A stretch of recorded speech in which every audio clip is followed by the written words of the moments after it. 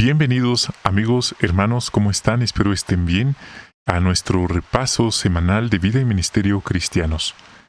Hoy estaremos compartiendo, reflexionando juntos sobre los temas principales de la semana del 18 al 24 de noviembre de 2024. Como punto de referencia tenemos la lectura semanal, Salmos 107 y 108. Esta es una lectura llena de alabanza, gratitud, que nos recuerda cómo Jehová, en su infinito amor y bondad, está dispuesto a ayudarnos, guiarnos y liberarnos. Lo hizo en el pasado y lo ha seguido haciendo en el presente.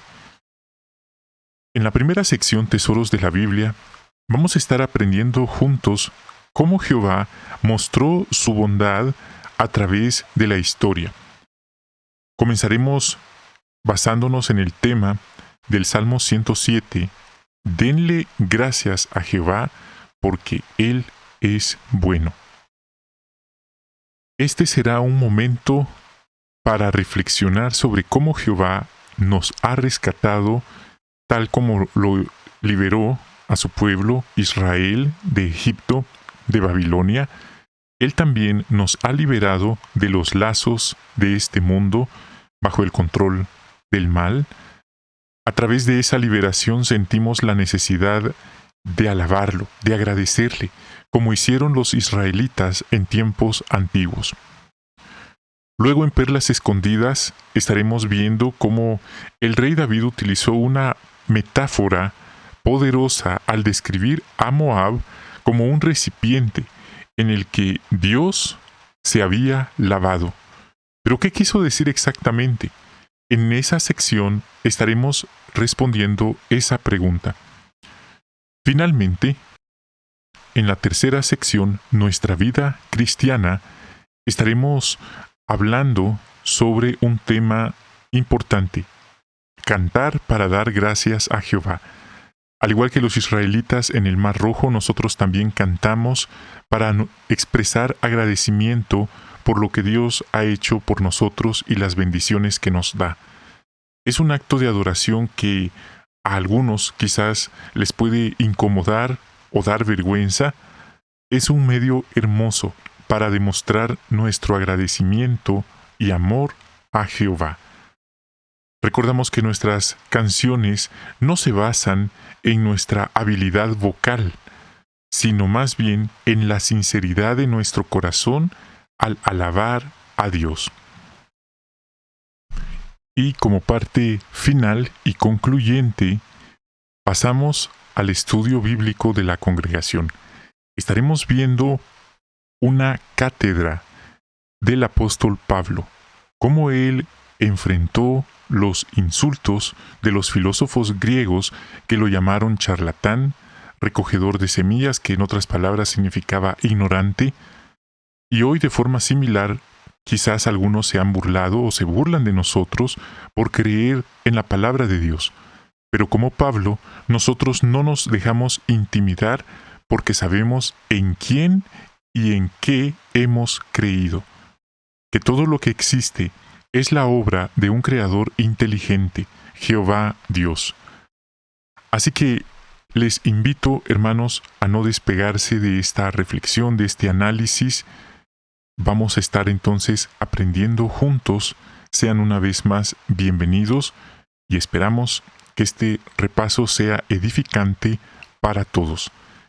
Empecemos entonces con el discurso de los tesoros. Denle gracias a Jehová porque Él es bueno, porque su amor leal es para siempre. Salmo 107:1.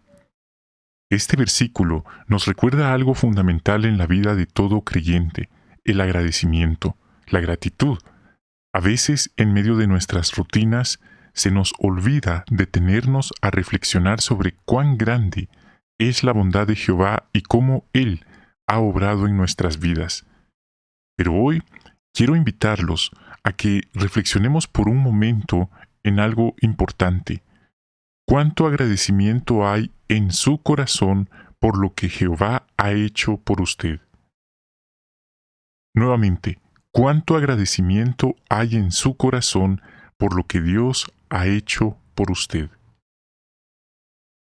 Esta pregunta podría compararse como cuánto combustible hay en el tanque de gasolina.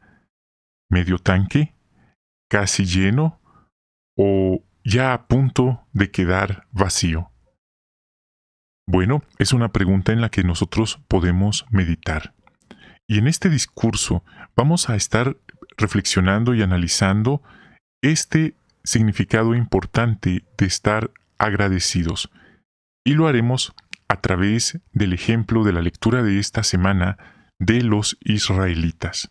Este salmo hace alusión al tiempo que ellos estuvieron en el desierto. Muy importante. No es nada más de decir ellos estuvieron en el desierto y ya. Nos deja lecciones valiosas a nosotros también. Esta historia ha sido preservada hasta nuestro tiempo y no es casualidad, tiene un propósito. Lecciones que nos invitan a pensar, a detenernos y a agradecer. Notemos, por ejemplo, el Salmo 107, 2. Ya leímos el 1 al comienzo, ahora leamos el 2. Que esto lo digan los que Jehová ha rescatado, los que Él ha rescatado de las manos del adversario. Bueno, ahí notamos ese punto. Nos invita a reconocer las maravillas de Dios, de Jehová, y darle gracias. Y esa bondad de la que habla no es una cuestión de buenos modales o un formalismo por salir del paso, es un amor leal, constante, que nunca falla, que no cambia y que no importa las circunstancias. ¿Qué tipo de bondad es esa? ¿Y de qué maneras se manifiesta la bondad de Dios en nuestras vidas? Nuevamente, volvamos al ejemplo de los israelitas. Ellos estuvieron en el desierto, pero fueron liberados, pasaron muchas situaciones complicadas y luego vemos que fue todo un proceso, más de 40 años. Y este no era el único proceso que les esperaba.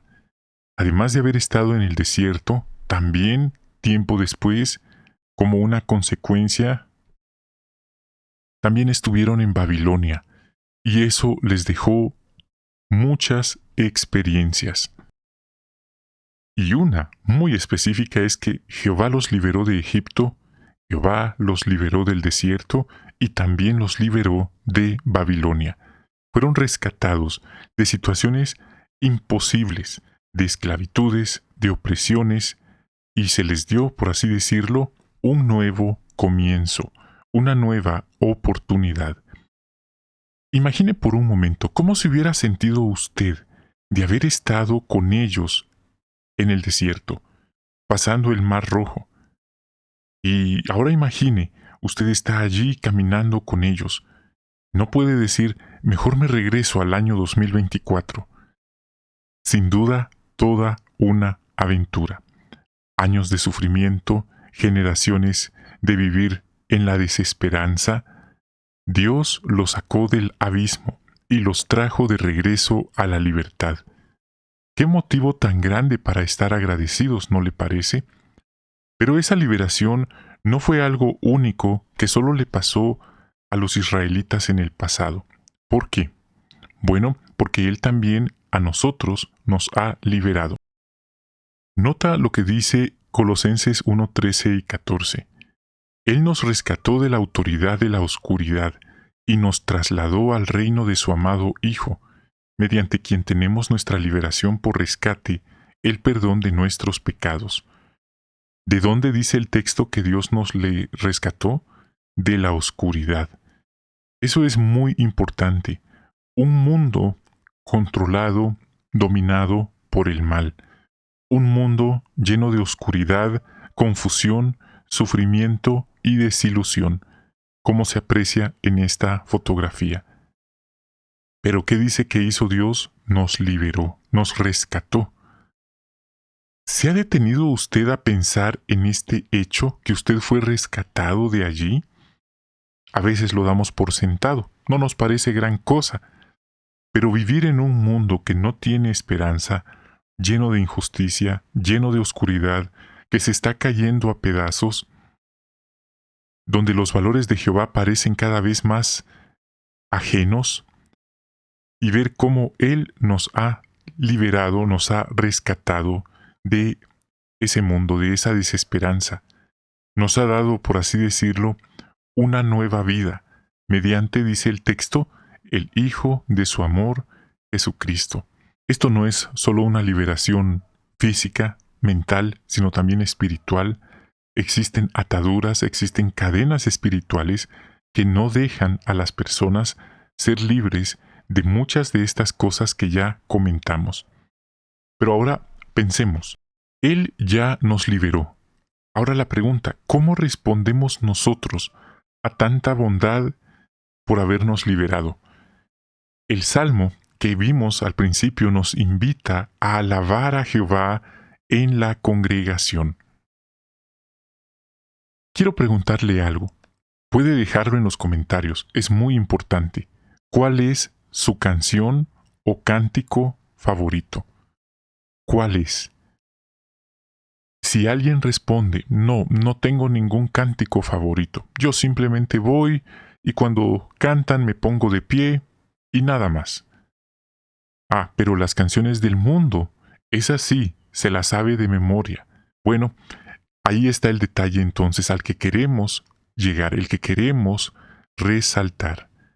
Qué hermoso es ver a los hermanos reunidos, a los jóvenes, a los niños, podrían estar haciendo otra cosa en casa, jugando videojuegos, fútbol, viendo televisión, cocinando, descansando y cualquier otra cosa, pero están reunidos para alabar y darle gracias a Jehová por lo que Él ha hecho en nuestras vidas.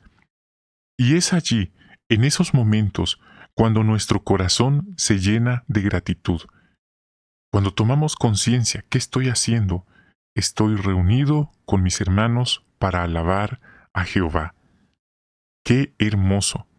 Y a veces, nuevamente, puede pasarnos que por estar ocupados en la rutina diaria, olvidamos el momento tan especial de alabar a Jehová con nuestros hermanos, juntos. Piense en ese momento, cuando a pesar de los problemas, a pesar de las tristezas de su corazón, a pesar de los momentos difíciles que usted está pasando, la alabanza brota de su corazón, probablemente con lágrimas, quizás los demás no lo están viendo. Ese es el poder de un corazón agradecido. Y la pregunta es, ¿cómo podemos mantener ese corazón agradecido todo el tiempo? Nota lo que dice el Salmo 107:43. Ahí está la respuesta. El que es sabio tendrá presentes estas cosas y analizará con interés los actos de amor leal de Jehová. Nota ese punto. ¿Qué es lo que hay que hacer? Dice el Salmo. Para tener un corazón agradecido debemos hacer algo muy sencillo, pero profundamente poderoso: detenernos y pensar. Dice el texto que el salmista reflexionaba sobre lo que Jehová había hecho por él, y él quedó impresionado por todas las maravillas que Dios había obrado en su vida.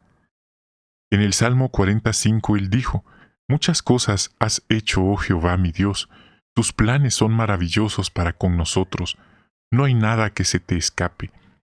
Al igual que Él, nosotros también es importante que nos detengamos y que pensemos en todas las bendiciones que hemos recibido, sean grandes o pequeñas, aunque muchas veces las cosas pequeñas son muy importantes, tan importantes que significan mucho para nosotros. Quizás no siempre vemos lo que Jehová esté haciendo en cada momento, pero si reflexionamos vamos a darnos cuenta de cómo nos ha guiado, cómo nos ha protegido, cómo nos ha dado nuevas oportunidades, cómo ha sanado nuestras heridas físicas y emocionales. Piense conmigo, ¿qué pasaría si cada día dedicáramos unos minutos para recordar las maravillas que Jehová ha hecho por nosotros?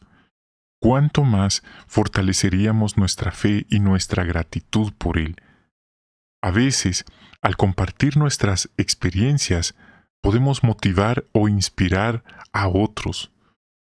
Así que, ¿qué debemos hacer para tener un corazón agradecido? Este discurso nos lo ha dejado claro: detenernos, reflexionar y recordar las maravillas que Jehová ha hecho por nosotros, y decirle: gracias por todo lo que has hecho por mí en el pasado hasta ahora.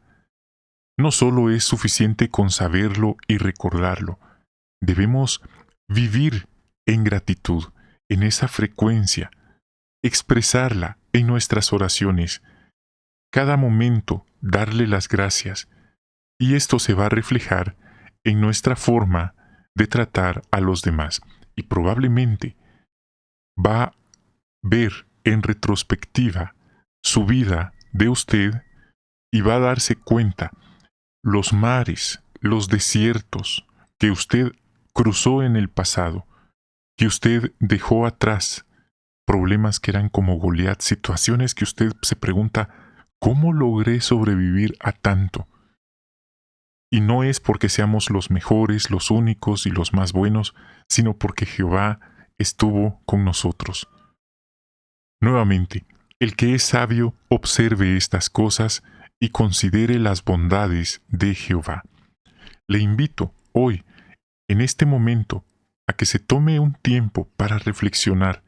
Haga una lista de todo lo que Jehová ha hecho por usted, por su familia, por su congregación también. Y cuando lo haga, le aseguro que su corazón se llenará de agradecimiento, paz y amor. Y podrá decir, igual que el salmista: gracias Jehová, porque eres bueno, y tu amor leal es para siempre. Este fue el discurso de los tesoros para esta semana. Si le gustó este discurso, este video, lo invito a apoyarnos dando me gusta, dejando su like, suscribiéndose para más contenido como este. Y bueno, muchas gracias por habernos acompañado. Hasta aquí este video, deseamos que tengan un magnífico día y encontrarnos muy pronto con una nueva transmisión. Después de escuchar este discurso, pasemos a continuación a las perlas escondidas de esta semana. Empecemos con la primera perla. Está extraída de Salmo 108:9. Dice: Moab es el recipiente en el que me lavo. Sobre Edom arrojaré mi sandalia. Sobre Filistea gritaré triunfante. Pregunta: David dijo aquí que Moab era el recipiente en el que Dios se lavaba. ¿A qué es probable que se refiera? Esto probablemente se refiere a la humillación de Moab tras su derrota por parte de Israel. Después de la victoria de David, Moab fue sometido y castigado, lo que simboliza que Dios utilizó a Moab como un recipiente para limpiar o purificar a Israel de sus enemigos. Es una forma de resaltar el juicio divino sobre Moab y el cumplimiento de la profecía citada en Números 24:17. Así que un punto muy interesante. Ahora pasemos a la siguiente. ¿Qué perlas espirituales hemos encontrado en la lectura de esta semana?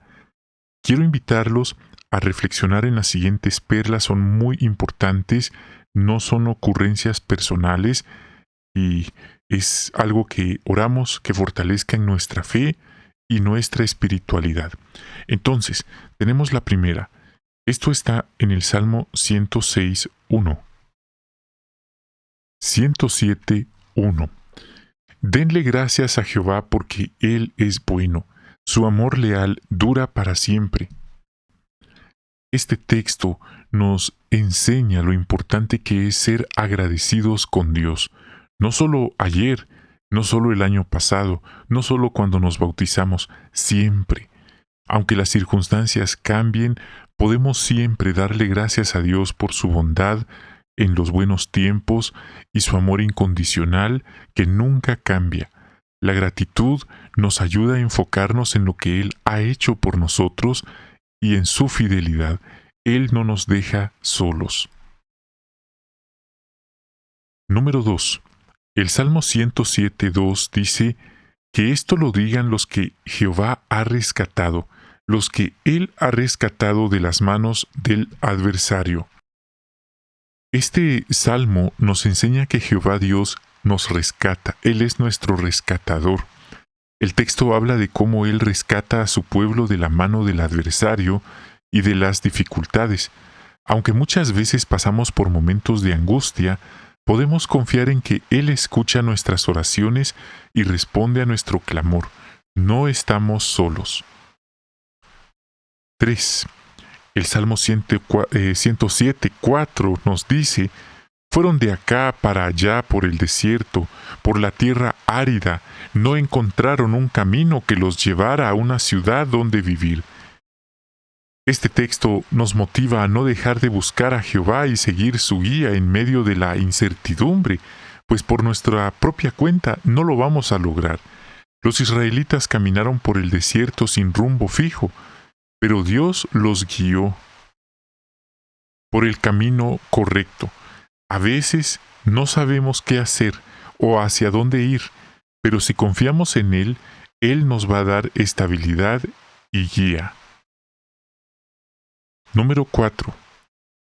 107:5 y 6 dice: tenían hambre y sed, se desmayaban de lo agotados que estaban, en su angustia a gritos le pedían ayuda a Jehová, y Él los rescató de su desesperada situación. Nos enseña que Jehová no solo nos rescata, sino que también provee para nuestras necesidades. En el caso de los israelitas, sedientos y hambrientos, Dios les dio lo necesario.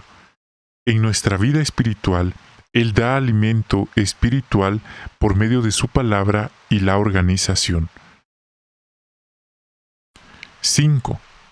El Salmo 107, 11 al 14 son varios versículos y aquí dice que se habían rebelado contra la palabra de Dios, no respetaron su voluntad, Él humilló su corazón con dificultades, cayeron, nadie los ayudó, pero en su angustia le pidieron ayuda a Él y Él los salvó de su desesperada situación, los sacó de la más profunda oscuridad y arrancó sus cadenas.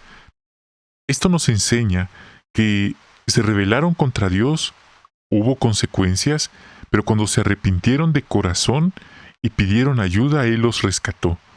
Vemos aquí que la humildad y el verdadero arrepentimiento abren la puerta a la misericordia y el perdón de Jehová.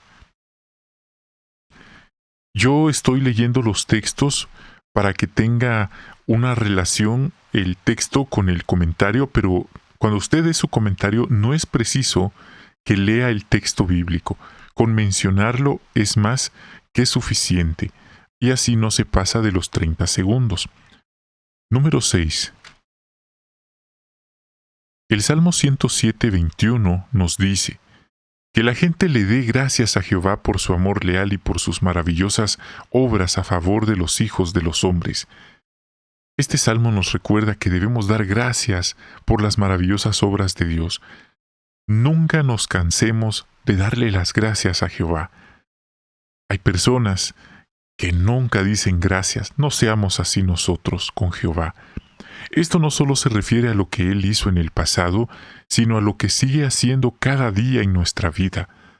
Reflexionar y reconocer estas obras, sean pequeñas o grandes, nos ayuda a mantener una fe agradecida, llena de esperanza.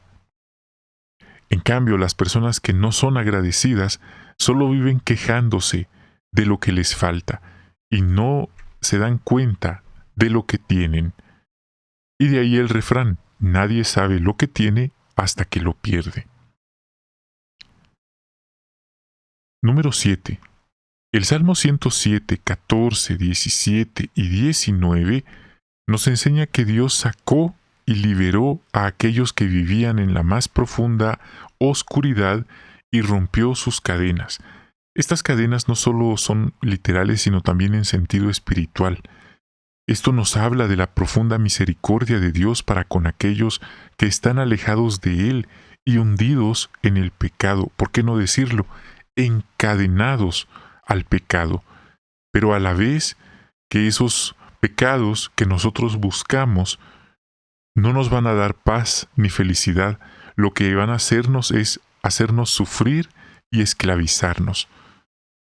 Como dicen los textos que acabamos de leer, el pecado no es nuestro amigo ni nuestro aliado, lo que busca es destruirnos, hacernos sufrir y esclavizarnos. La Biblia compara el pecado como una trampa tentadora, pero cuando la persona muerde el anzuelo, el efecto que viene después es devastador. Número 8. El Salmo 108:1, ahora pasamos a este texto. 108, capítulo 108:1 nos dice: Mi corazón está firme, oh Dios, voy a tocar y cantar alabanzas con todo mi ser. En este salmo, el salmista expresa que su corazón está firme en su deseo, en su propósito de alabar a Dios con todo su ser. Esto nos enseña que la verdadera adoración no es superficial, ni por apariencias, ni depende de las circunstancias, sino que viene de un corazón firme, decidido y dispuesto a adorar a Dios de manera completa, es decir, con todo nuestro ser, mente, alma, corazón y fuerzas. 9. El Salmo 108:2 dice: Despierta, instrumento de cuerda, tú también, arpa, yo haré que despierte el amanecer. Esto nos enseña una hermosa lección, y es que el salmista no esperaba un momento perfecto para alabar a Dios. No esperaba el momento tranquilo, el momento ideal, sino dice que él activaba, que él despertaba sus instrumentos y se preparaba para alabar a Dios con energía. ¿Cuál es el punto? Nosotros no vamos a quedarnos de brazos cruzados esperando el momento perfecto, el momento tranquilo para alabar a Jehová. Habrán momentos que nos van a sacudir, que van a ser los más oscuros y los más difíciles. Incluso vamos a estar allí con lágrimas, alabando a Jehová, pero no vamos a dejar que los problemas apaguen nuestro entusiasmo por él. Ahora pasamos a nuestra vida cristiana. 10. El Salmo 108:5 dice: Elévate sobre los cielos, oh Dios, que tu gloria esté sobre toda la tierra. Este versículo es una oración para que la gloria de Dios se extienda por toda la tierra, no solo en nuestras vidas, sino que su gloria debe ser proclamada en cada rincón del planeta. Dios es digno de toda la alabanza, dice la Biblia, y su gloria deberá ser reconocida por todos. Esto nos motiva a nosotros para que nuestra vida, a modo individual, refleje, como dice la Biblia, la gloria de Dios, y que los demás puedan ver, por así decirlo, a Jehová, a Jesús, en nuestras buenas obras, y den gloria a Dios. Esto fue lo que Jesús dijo: hagan brillar su luz. No es solo salir a predicar, sino por nuestras buenas acciones. 11. El Salmo 108:11 nos dice lo siguiente: ¿Quién sino tú, oh Dios, que nos has rechazado? ¿Quién sino tú, Dios nuestro, que ya no acompañas a nuestros ejércitos? Este texto muestra el dolor tan grande de estar sin Jehová, de estar separados de Dios. Cuando nos alejamos de Él, nos sentimos tan indefensos, tan vulnerables y derrotados.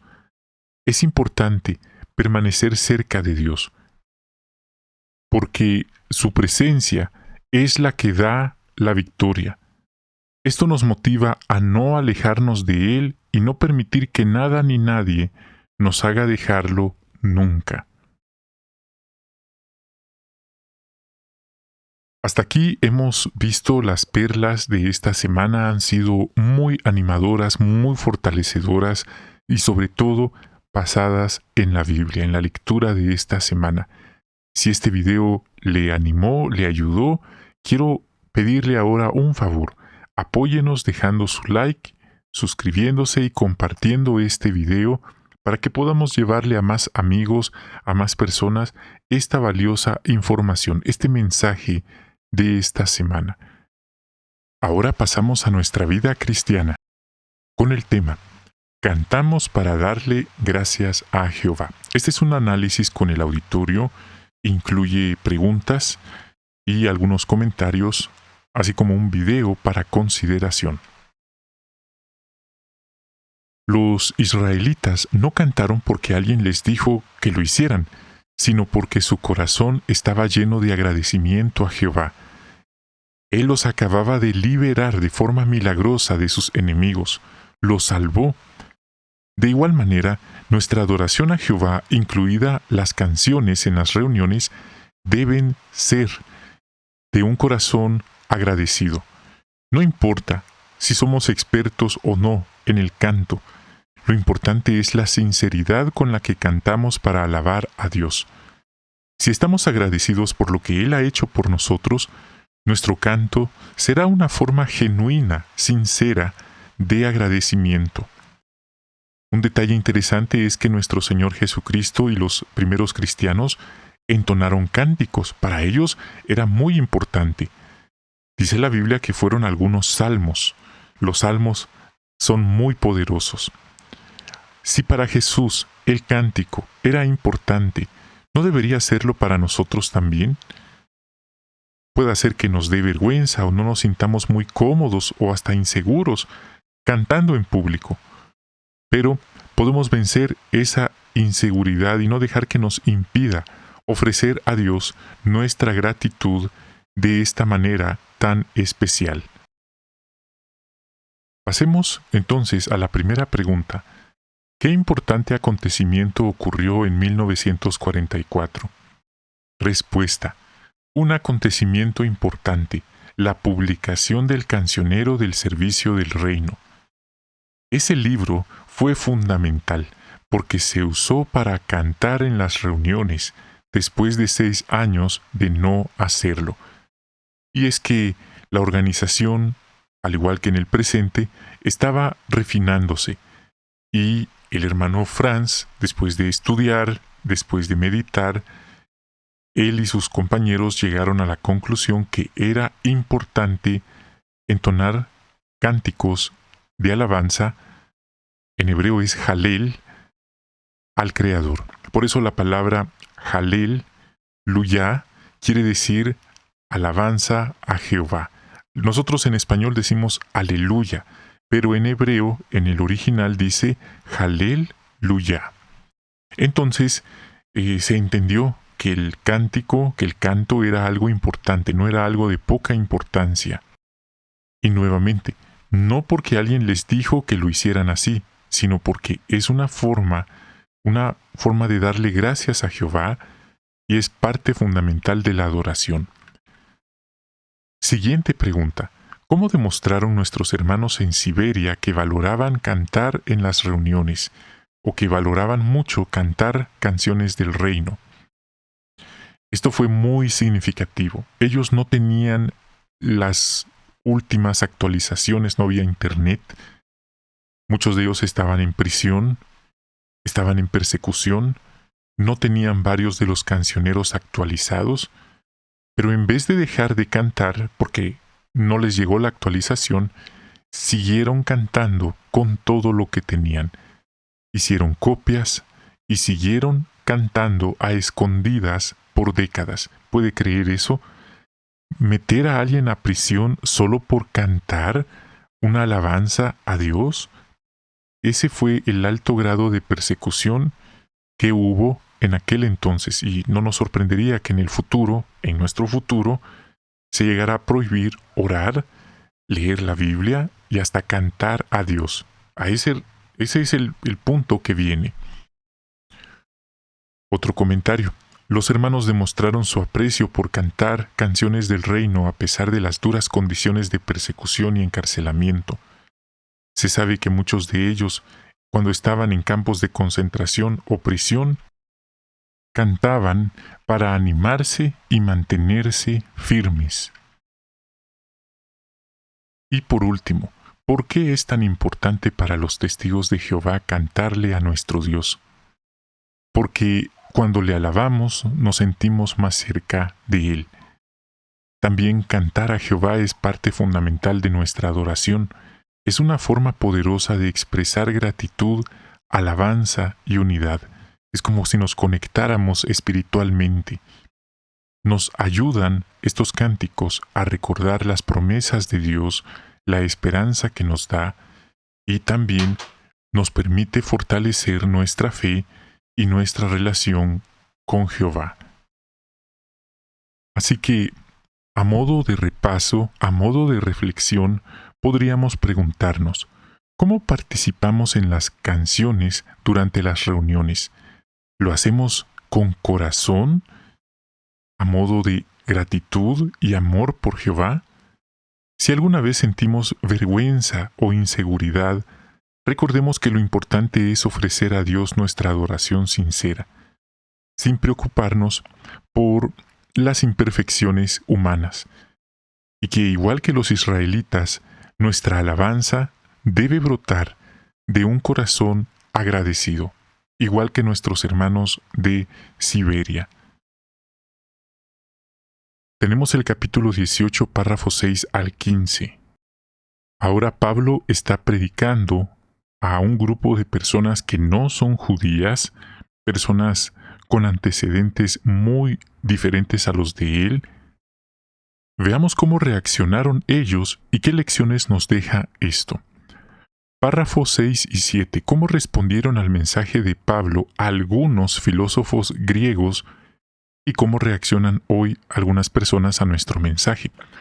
Bueno, podemos decir que no les gustó el mensaje de Pablo, lo llamaron charlatán, recogedor de semillas, lo que vendría a ser, esta expresión recogedor de semillas no es nada más alguien que recoge semillas.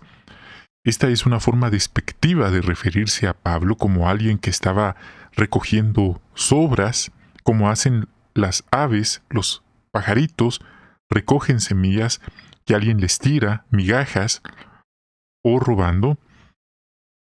En otras palabras, lo estaban viendo como alguien sin educación, sin modales, sin formación académica, un ignorante. Estaban diciendo que él solo hablaba de lo que no sabía y que solo estaba repitiendo lo que alguien le dijo por ahí. ¿Qué hizo Pablo? No se lo tomó personal.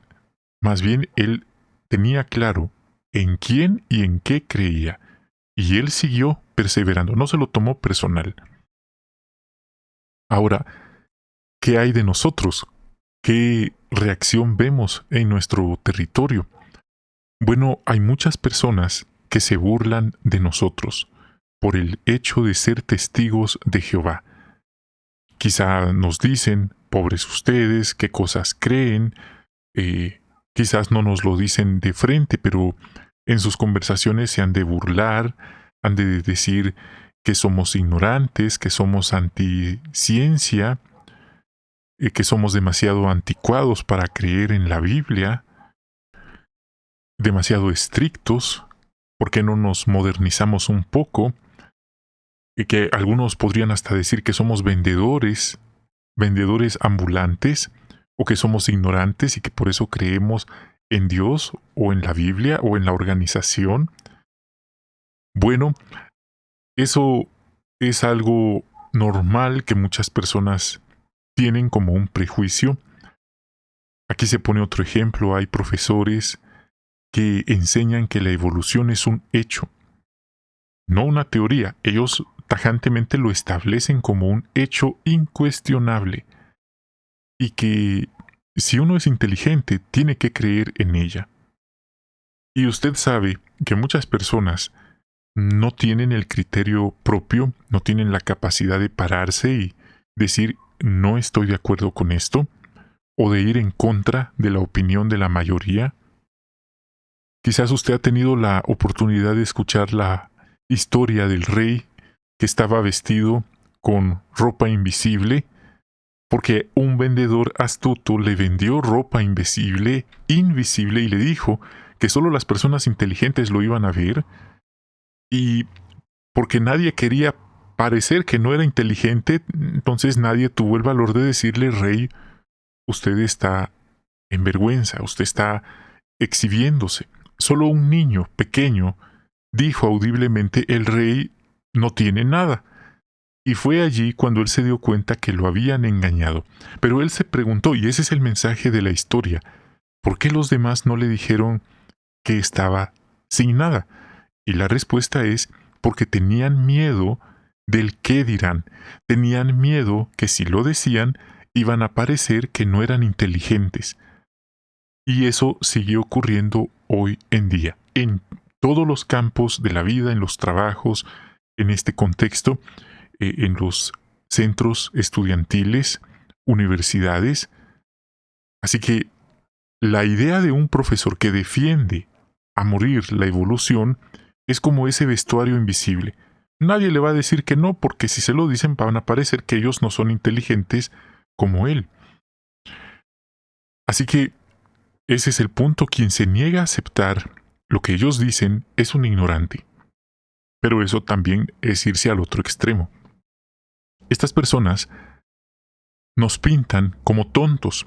Entonces pueden ser que nos digan que somos tontos o ignorantes porque enseñamos lo que dice la Biblia, un libro lleno de contradicciones según ellos, pero lo que ellos no saben es que, o lo que no quieren aceptar, es que para esas aparentes contradicciones hay explicaciones. 8a. ¿Cómo reaccionaron otras personas al mensaje de Pablo? Otros que escucharon a Pablo reaccionaron de manera distinta. No lo ofendieron tanto, solo dijeron: parece que es un predicador de dioses extranjeros. Pero esa declaración no es como hoy. Hoy alguien dice que está hablando de cosas extranjeras, no pasa nada, pero en ese lugar esto tendría una repercusión. Parte B. ¿A qué puede referirse la palabra Areópago?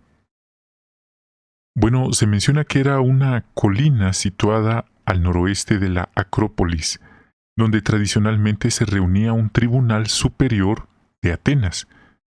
Así que esta palabra puede referirse tanto a la propia colina como al propio tribunal.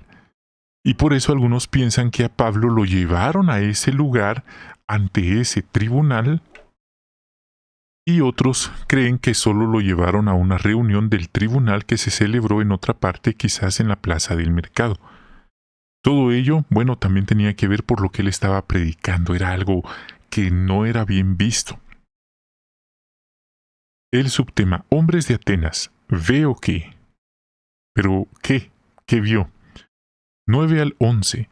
¿Qué dijo Pablo para establecer un punto en común con sus oyentes? Esto es muy importante porque hoy en día nosotros también enfrentamos ese tipo de reacciones y no debemos caer en la trampa de tomarlo como algo personal o de sentirnos intimidados. Más bien, con la frente en alto debemos seguir recordando en quién hemos creído y en quién creemos. Así nos mantendremos fieles a nuestras creencias con valentía y la razón. La verdad que estamos predicando y la sabiduría de Jehová son más fuertes que cualquier insulto, y la guía que Dios nos da es más poderosa que cualquier teoría humana. Entonces, hermanos, notamos aquí que Pablo no fue, por así decirlo, directo y los ofendió y los condenó a todos. Más bien, con delicadeza, trató de ganarse la confianza de ellos con un terreno en común, buscando algo que tuvieran en común. Empezó diciendo: hombres de Atenas. No les dijo inmundos de Atenas, impíos de Atenas, pecadores de Atenas. No les dijo eso. Hombres de Atenas. Veo que en todas las cosas ustedes parecen ser más devotos de los dioses que otros. Un punto importante. Veo. No les dijo: ustedes, ¿hasta cuándo van a seguir entregados a la idolatría? a esa inmundicia. No les dijo eso.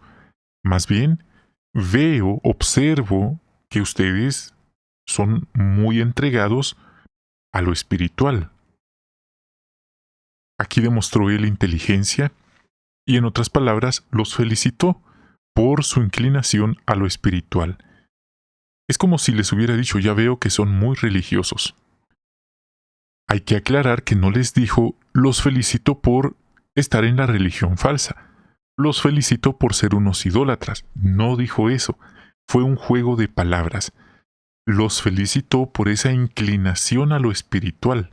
Equivocada, pero era lo espiritual. Luego, seguimos comentando, destacó un detalle que demostraba lo religiosos que eran. Y ese fue el as bajo la manga de Pablo. Un altar a un Dios desconocido. Y ahí fue donde él se enfocó.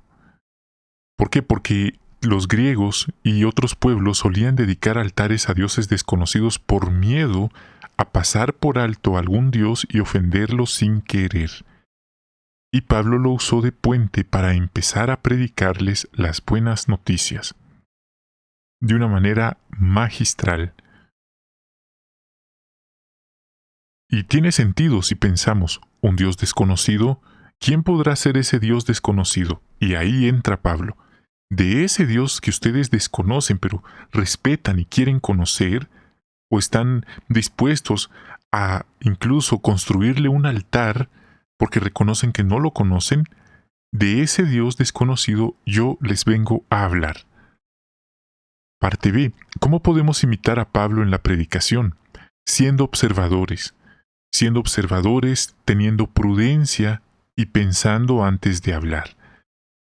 Vamos a encontrar en la predicación personas religiosas, personas que adoran otras deidades, que tienen sus altares, sus celebraciones paganas. Y si de entrada lo que les decimos es: ustedes están en una inmundicia, ustedes son unos pecadores, ustedes están haciendo lo que la Biblia prohíbe, ustedes están muy mal, no estaríamos imitando a Pablo.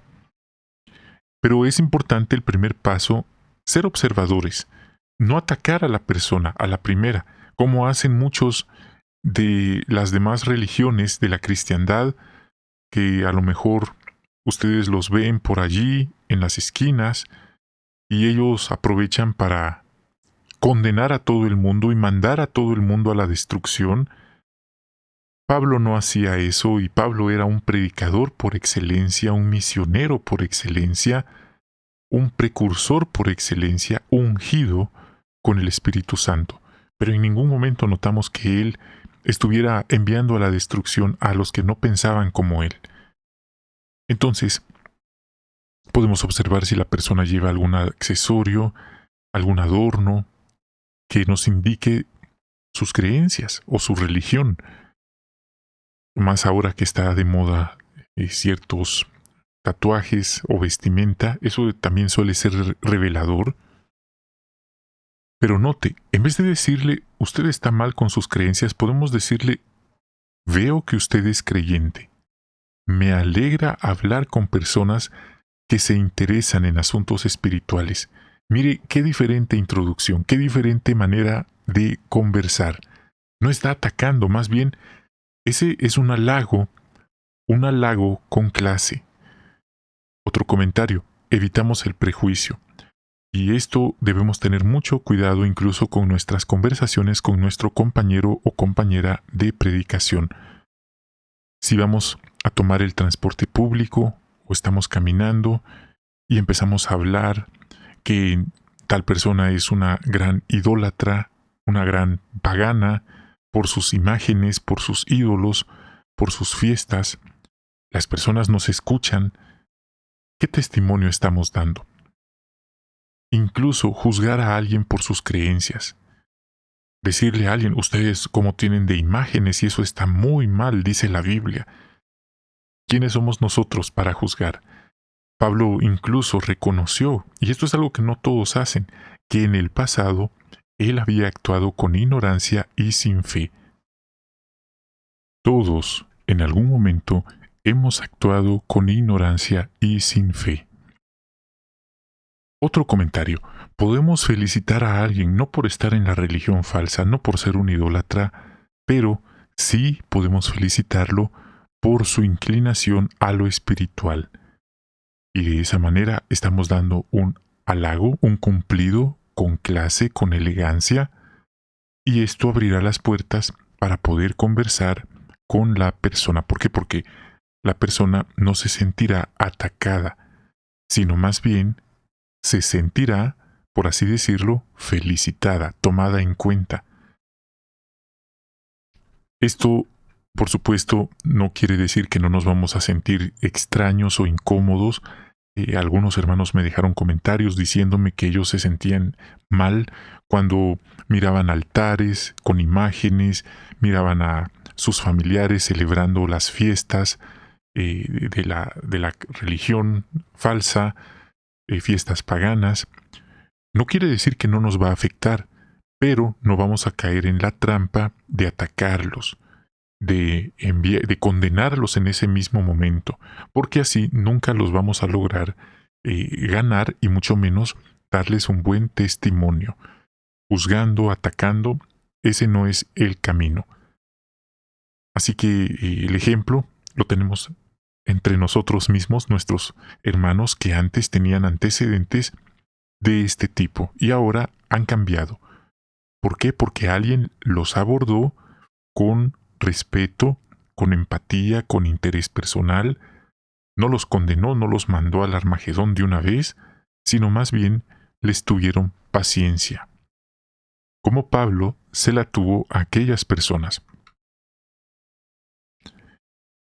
Y aquí vemos una imagen de cómo un hermano joven utiliza un terreno en común, pero en vez de decirle al profesor que él tiene razón, que todos venimos de Chita o del mono, más bien lo utiliza para hacer razonar que tiene que haber un diseñador, un creador inteligente o una fuente de energía superior, y vemos que los deja a todos con la boca abierta.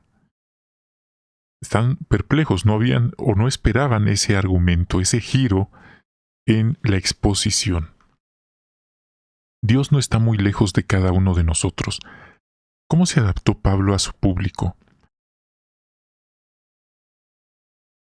Vemos entonces este punto importante de la adaptación, cómo Pablo se adaptó a su público. Él estaba al tanto que ellos eran personas filósofas, sabían de filosofía griega, pero nada de las escrituras. El público de él era gentil, no eran judíos. Los judíos desde que nacían aprendían de la Torá, aprendían del Dios verdadero, aprendían algo muy propio de los judíos, es el Shema Israel.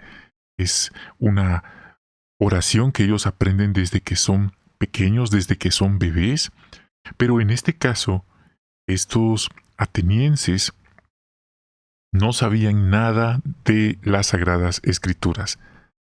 ¿Y cómo predicarle a alguien así? Bueno, vemos que aquí entra la adaptación. Él no dijo, ¿saben qué? Yo me regreso mejor a donde estaba antes porque aquí no hay judíos. No, más bien se adaptó. ¿Cómo?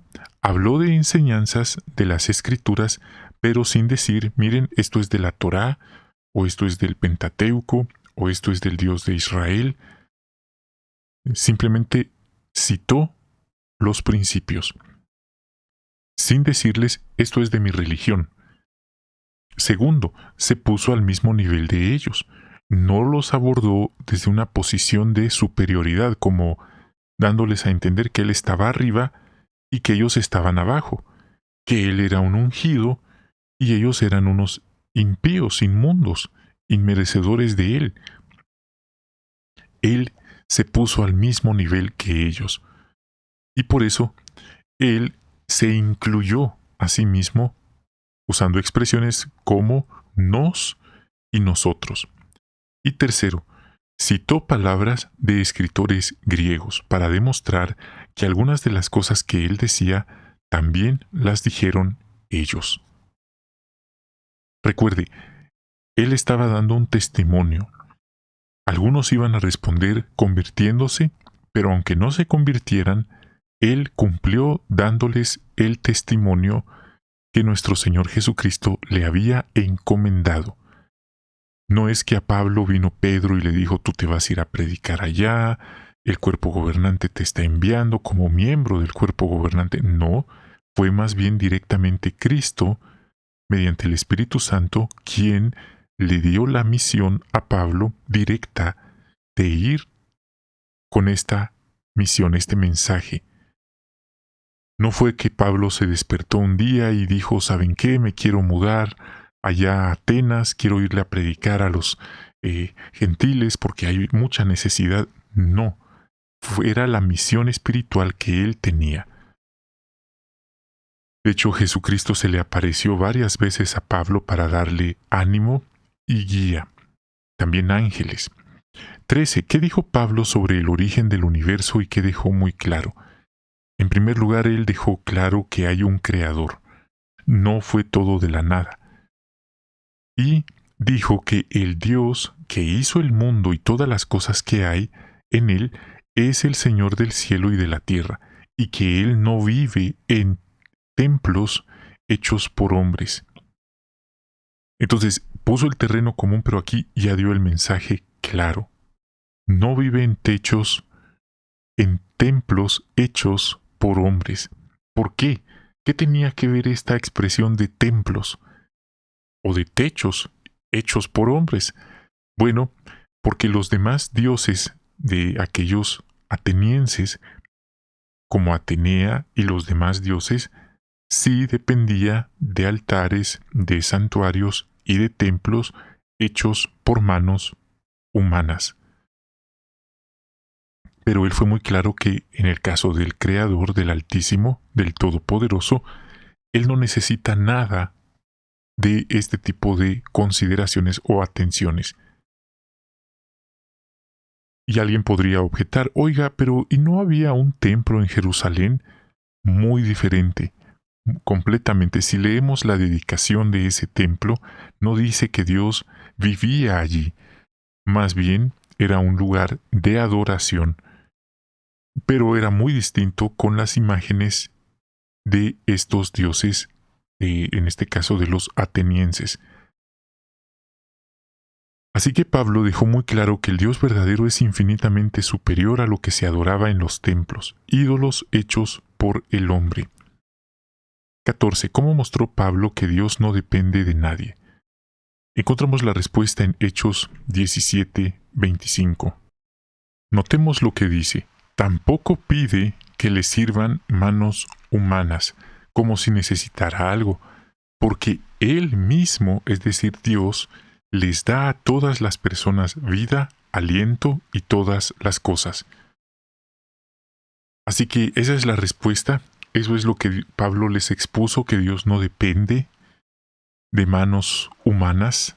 Más bien es Él el que da la vida, el que da la lluvia, la tierra, el aire, todo. ¿Y esto qué relevancia tenía? Porque en ese momento estas personas, el auditorio de Pablo, ellos sí vestían a sus ídolos.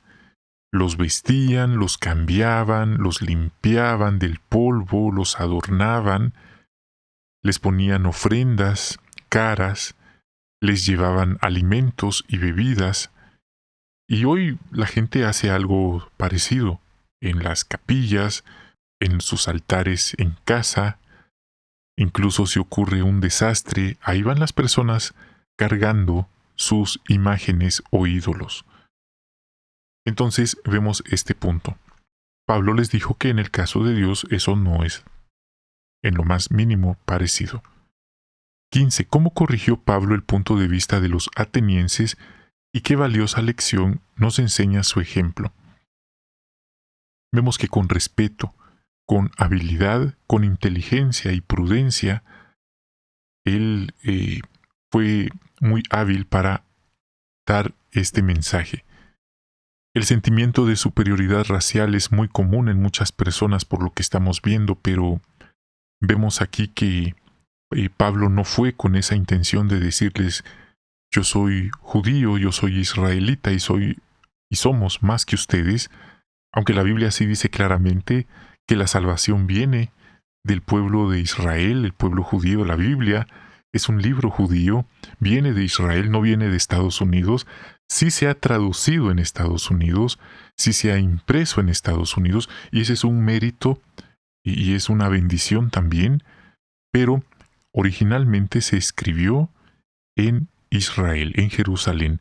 Nuestro Señor Jesucristo no es estadounidense, Él nació en su forma humana también en Israel, pero el punto, Pablo no tenía ese complejo de superioridad. Él se puso al mismo nivel que ellos.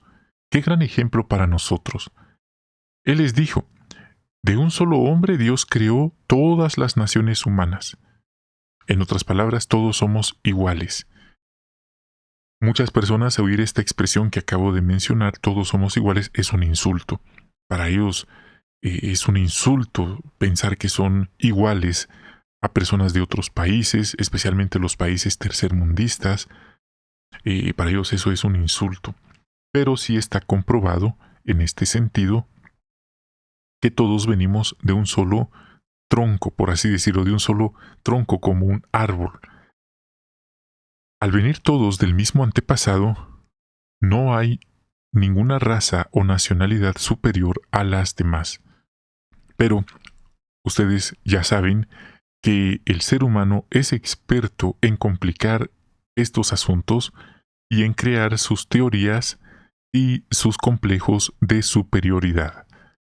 Eso es lo que se expone, pero en la práctica muchas personas nunca van a aceptar que son iguales que el resto de la población. Ahora, ¿qué nos enseña esto a nosotros? Bueno, sabemos que las personas del mundo, y no todos, no todas las personas, pero sí algunos piensan así, como ya mencionamos. Pero ¿qué hay de nosotros? ¿Cómo nosotros vemos a los demás? ¿Cómo nosotros vemos a quienes son de otra raza? ¿O cómo nos vemos a nosotros mismos? Esa respuesta solo nosotros la sabemos. Queremos ser respetuosos, queremos ser prudentes. No debemos quitarle fuerza al mensaje que predicamos con tal de que la gente lo acepte. En otras palabras, hermanos, últimamente la organización ha estado promoviendo en el folleto una obra de amor, en el folleto maestros y los videos, que no debemos, por así decirlo, ser muy directos. Pero si alguien escucha el mensaje de la Biblia y no se siente ofendido, entonces ese no es el mensaje de la Biblia. ¿Por qué? Porque dice la Biblia que el Espíritu Santo convence a las personas de su pecado. Pero si nosotros nada más les pintamos todo bonito, que el paraíso, que el nuevo mundo, y mire, hasta le dijéramos, usted también hasta podría ser ungido, podría estar en el cielo gobernando con Cristo, y solo les hablamos del paraíso y lo bonito y todo eso, pero no les hablamos de los principios, de la responsabilidad que eso conlleva y de las consecuencias si uno desobedece, entonces la persona no va a sentir el mensaje completo, el testimonio completo. No estaríamos siendo muy honrados si solo les hablamos del paraíso, si solo les hablamos bonito. Pablo no llegó nada más a hablarles bonito. Llegó el momento en que con tacto pero con firmeza les expuso la verdad. Y ya las personas decidieron si lo aceptaban o no. Algunos se ofendieron, no les gustó, y hubo otros que sí aceptaron el mensaje. Y es normal, esa es la reacción. Igual pasaba con nuestro Señor Jesucristo. De hecho, a Él también lo eliminaron por decir estas cosas. Esto va a ser un arte que vamos a desarrollar con el tiempo. No queremos usar la Biblia como una espada para ir dando, por así decirlo, estocadas a las personas, más bien con arte para mostrarles la esperanza, pero también el compromiso, la responsabilidad que eso conlleva de parte de nosotros. Ahora, usted puede ver algo muy diferente en las religiones de la cristiandad. Muchos de ellos no hablan del pecado, No hablan de la santidad, no hablan del día de Jehová. ¿Y de qué hablan? Nada más de la prosperidad, de las ofrendas, del diezmo, que todos se van a ir al cielo, todos van a estar con el Señor en el cielo. Y ese es el mensaje de siempre. Son más motivadores que más bien personas que dan el mensaje de la Biblia. ¿Por qué? Porque si lo hacen así, se les cae el negocio. Hemos llegado al final de esta transmisión. Muchas gracias por habernos acompañado en todo este análisis exhausto que hemos tenido, exhaustivo, de estos temas muy importantes. Esperamos que este video haya sido de beneficio. Lo invito amablemente a compartir este video para que más personas puedan beneficiarse de este alimento espiritual para esta semana. Lo invito a suscribirse y a dejar su like. Deseamos que tengan un magnífico día y esperamos encontrarnos muy pronto con una nueva transmisión.